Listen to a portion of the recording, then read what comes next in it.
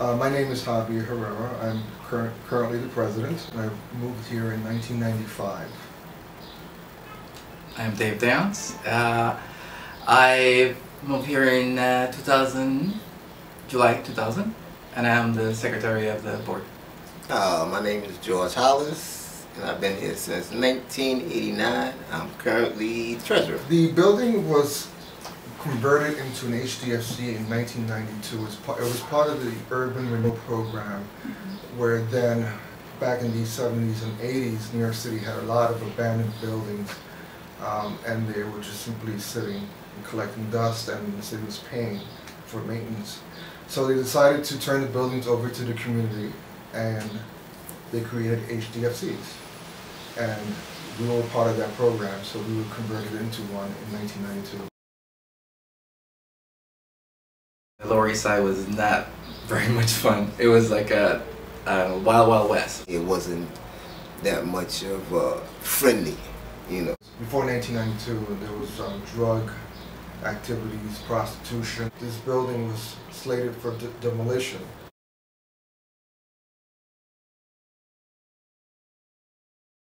When I moved in, the rent was $189. And that was for one lease, 1 year lease. 1989. 1989. They were talking about raising the rent. And I was like, I wonder how much. So I was saying to myself, for $189, the rent might be about $400 or something like that. And I said, I can't afford that. Especially at that time. They came to me and said, do you want to purchase your apartment? And I was like, with open arms. What? Of course. You sure? I jumped on it and gave him a check right away. Amazing. This building was built in the 1940s, I believe. It's a tenement building. It's the only one on Stanton Street between Forsyth and Eldridge. In 2000, I moved in here, and there was a rather wacky, weird board, and it seemed like nobody was in charge. In 2006, when we took over, we were $80,000 in the red. Since then, we're $85,000 in the black. We have 3 storefronts, so that keep us. That helps. And the commercial establishments. Absolutely. Yeah. One was a herbal store. She wasn't Herbal? paying herbal. Oh. You know, herbs.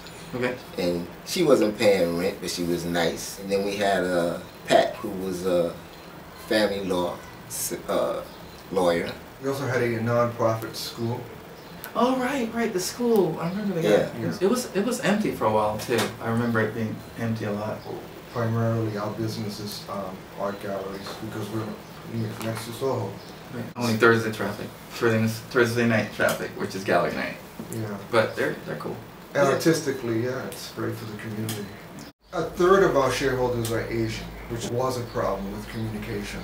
Since we've taken over, every time we have meetings, we hire a Chinese translator who works for the court, who speaks 10 different dialects. Since I brought him on board, now the building is more communal and family oriented. We all are on the same page. We all get along. We did something, and since then, you know, we have more meetings. I mean, there was no meetings going on at the time. There was just somebody ruling, basically. And so we became a real board, you know, and I would say that's the success of anything. I mean, communicating with the people you live with. Communication is so vital. If you notice something is not right and you don't do anything and you just watch, then you're not actually being part of anything. When you're in a situation where all your neighbors don't care, then nothing's going to happen. Well, for me, as a shareholder, I have a stake. I mean, I think the fact that once you're a shareholder compared to a renter, you should be more interested in taking care of anything. I mean, you see a piece of paper, you pick it up. Doesn't matter who left it there, because this is yours now. The problem with boards is, you know, if everything is running fine, then everything is fine. But you never know everything is fine unless you know. So you need to, what's the word, be aware of what's going on at all times with your neighbors, with the board, and question. Ask questions and be informed. Otherwise, there's no way it's going to work. So it's been an amazing learning experience just being on the board. Forget about college, working, just around people that you live with. You know, it's amazing, and I've learned a whole lot in the last couple, 3 years that I've been involved. Well, my opinion on HDFC failed because I think of greed, people not educating themselves or going to taking courses at HBD or talking to UHAB. UHAB has been tremendous in terms of helping us or walking us through the regulations, the red tapes that we have to follow as a building every year. And they've been also instrumental in our elections. Right. So they've been there all the way. Totally. When I first moved in, I used to always tell these people, hey, you need to talk to UHAB. Nobody did. And that's when the building started going down. But now, hey, we got a good board and everything is working out. I contacted UHAB when I first was going to buy my apartment and asked if the price was right. And that lady sent me back a nice email and said, grab it. When I got on board, I started talking to UHAB, and in fact, every month I copy them on our minutes and financial reports.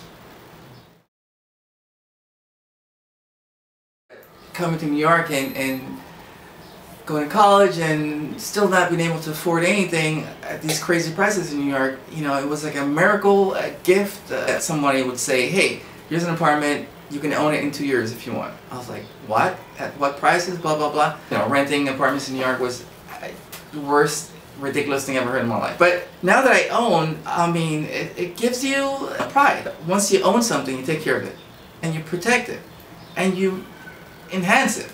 For me, living in an HDFC is a great investment for my future and hopefully for my retirement. It's something I own. Very lucky to be part of an HDFC. It's amazing. So. Thank you, UHAB.